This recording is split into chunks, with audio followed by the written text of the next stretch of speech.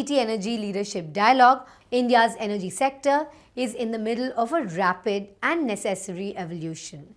The shift toward cleaner, more flexible power is accelerating, with policies like green energy open access, technologies like hybrid renewables and battery storage, and the rising role of C&I consumers at the center of it all.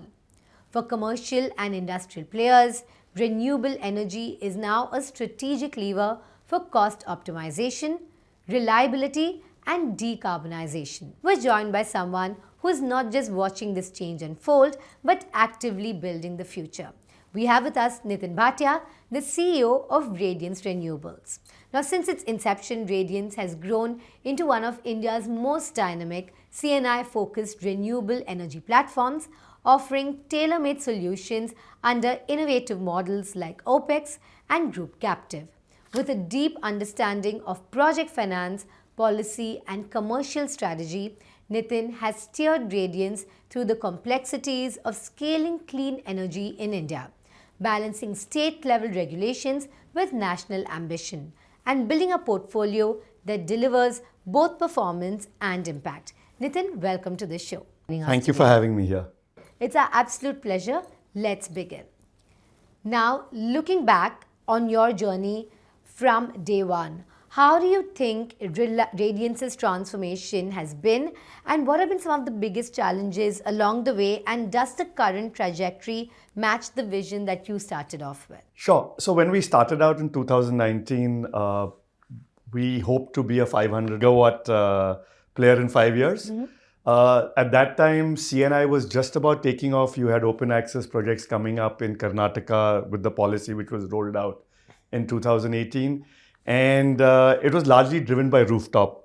And that time we said that if we can achieve 500 megawatts by the end of the 5th year, we would have done well. Then COVID struck. And obviously, we were building a team just prior to COVID having come in, and, we built a large part of our team during COVID. So obviously it delayed some of our rollout, but I'm glad to say we did achieve the 500 megawatts in the 5 years. Though if COVID hadn't come, perhaps we would have grown faster, because I think once COVID went, there was a lot more emphasis on the open access projects. And we also pivoted from being, rooftop centric to a open access company. And now today, having seen what we've done over the last 5.5 years, we are looking to be a 2 gigawatt player in the next 2.5 years. And we are well placed to achieve that objective going forward. Well, it seems like you've definitely bounced back from the pandemic and very commendably, and are on the fast track right now. Now, given the fact that it's a rapidly evolving market, what is your long-term strategy when it comes to talent and mindset? So I think ever since we started Radiance, the objective was never to be just a vendor or an energy supplier for our clients. We always wanted to be partners to them, and we wanted to be solution oriented. So one of the things we've always done from day one is work with the customers to understand what their needs were, and not just go and sell electricity to them, because anybody can do that, right?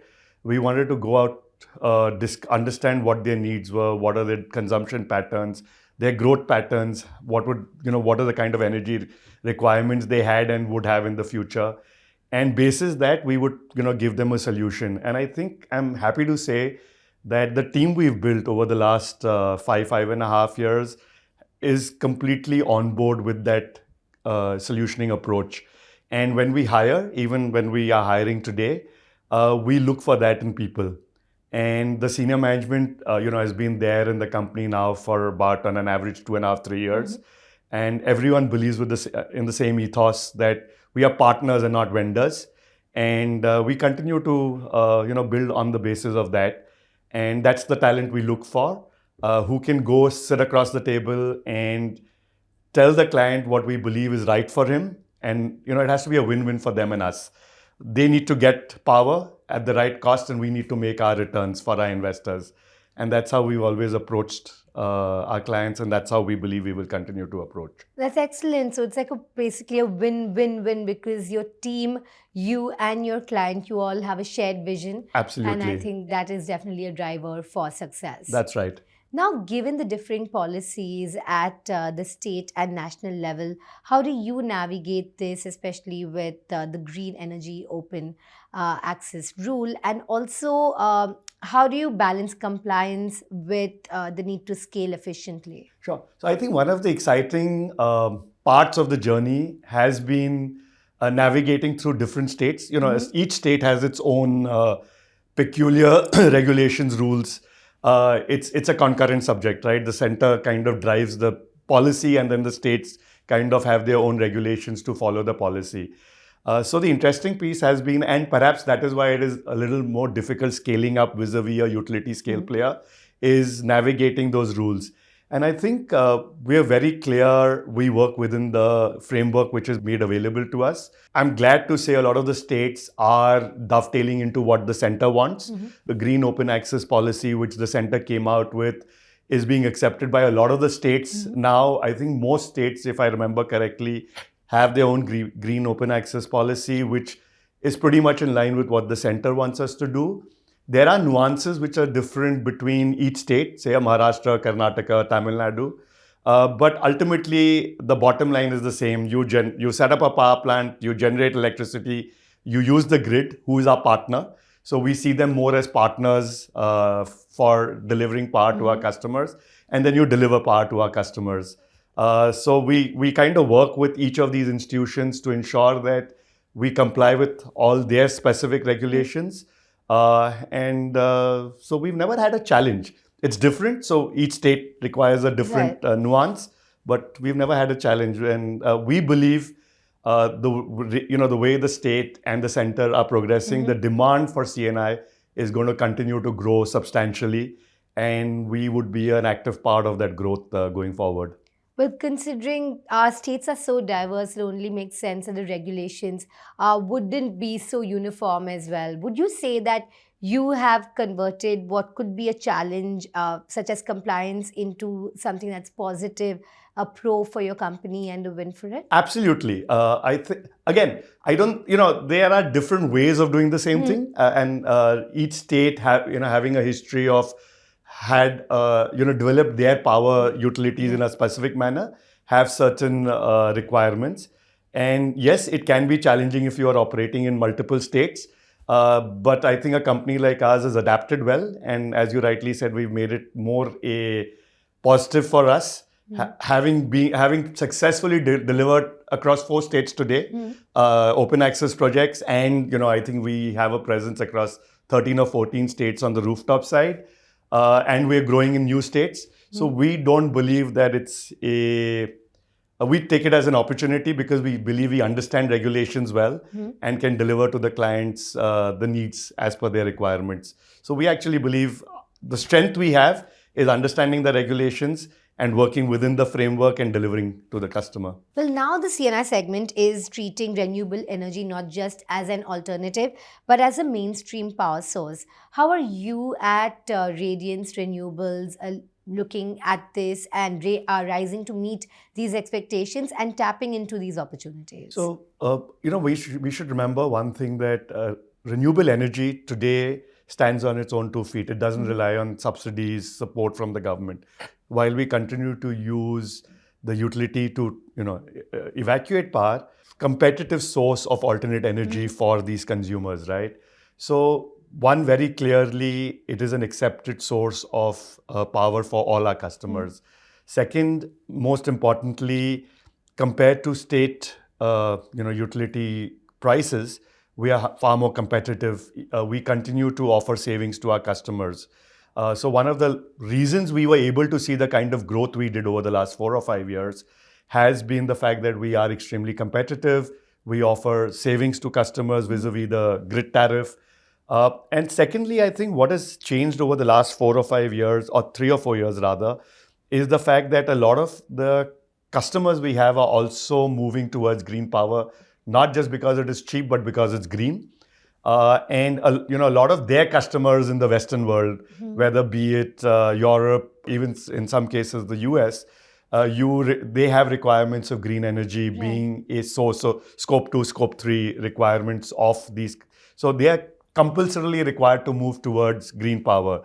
So the demand is driven by the fact that we're very competitive, that there's a requirement from their customers. And then there are companies, the RE100 companies, which are there all, and a large number of them in India, who want to move as far as possible to renewable energy.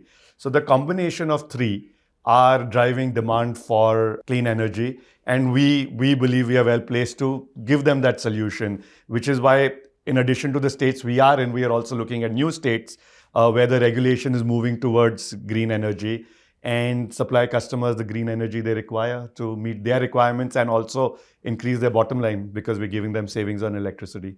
It's so interesting to see how clean energy has evolved from something that was good to have to now an imperative, right? Yes, absolutely. And, again, I can't say this enough. We continue to find solutions through, improved technologies, new technologies to find ways of increasing the quantum of green energy that is consumed by the customer. Today, I think we are anywhere between 30 and 60% of the consumption that a customer has from green energy, depending on the requirements. We're hoping to take that to at least 65, 70. Whether we reach 100% is something we'll see in the future, but surely a greater pie, share in the pie for the customers in terms of green energy supply. That's good news for everyone, especially the environment. And then, therefore, the entire planet. Yeah, exactly. Now, with increasing liquidity in India's energy markets driven by initiatives like real-time markets and green energy exchanges, how do you see this shift impacting your CNI consumers?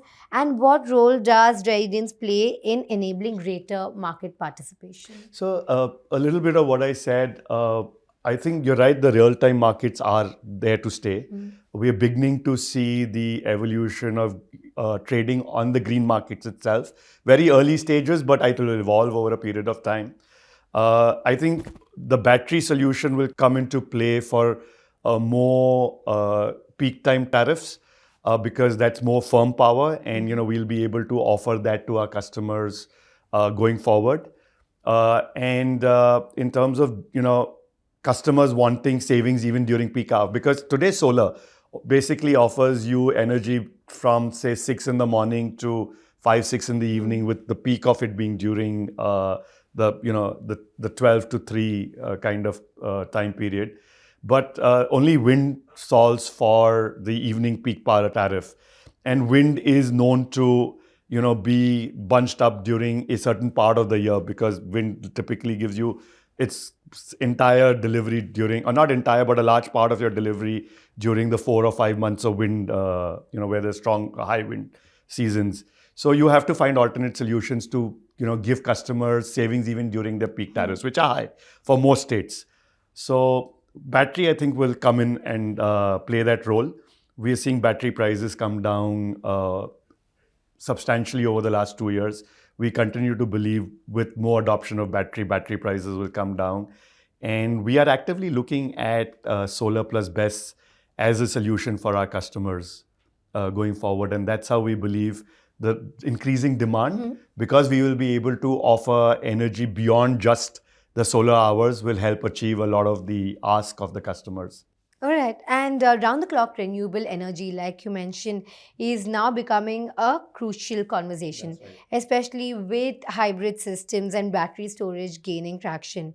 Now, what are the other opportunities that you're seeing here, and any emerging tech that could prove useful? So you're right. I think utility already has gone towards hybrid and hybrid plus BESS.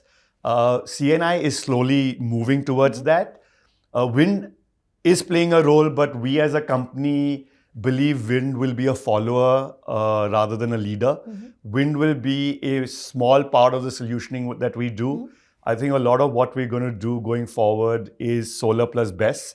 We believe BESS will be very competitive in the coming years, where customers will continue to make savings even during having used BESS as a alternate to other sources of energy.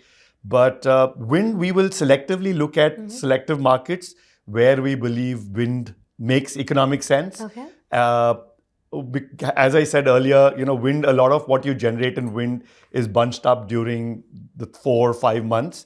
And so to find solutioning for the entire year, you need alternate sources of power. So we will continue to opportunistically look at wind, but I don't see Radiance using wind as a leader. It'll more likely be a follower, with solar and BESS being the primary source of delivery, with wind contributing to some extent in that delivery of power. All right. And looking into the future, before we wrap up this conversation, how do you see clean energy evolving in India and perhaps globally as well, and the role that you will be playing? So when we started, the market was about a gigawatt a year. We are at about, this is only CNI I'm talking about. Today it's 5 to 6 gigawatts a year, expected to reach 8 to 9 gigawatts a year.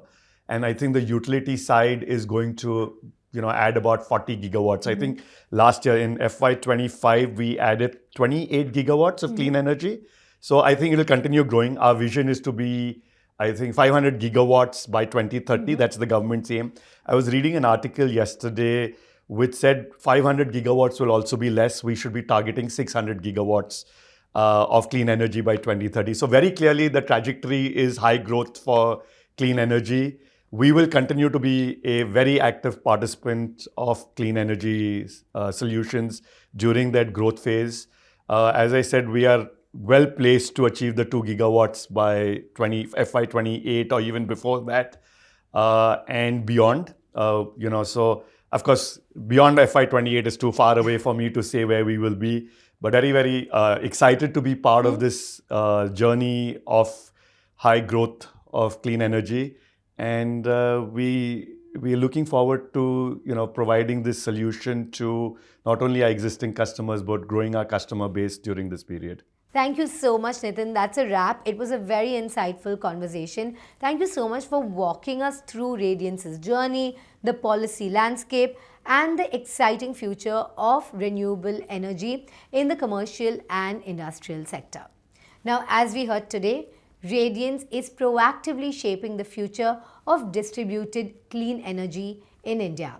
From unlocking round-the-clock power to navigating policy shifts and empowering CNI consumers with reliable, clean electricity, this is leadership in action. We wish you and your team continued success as you scale new heights. Thank you so much for joining us here at ET Leadership. Thank you. Thank you so much, and thank you so much for watching.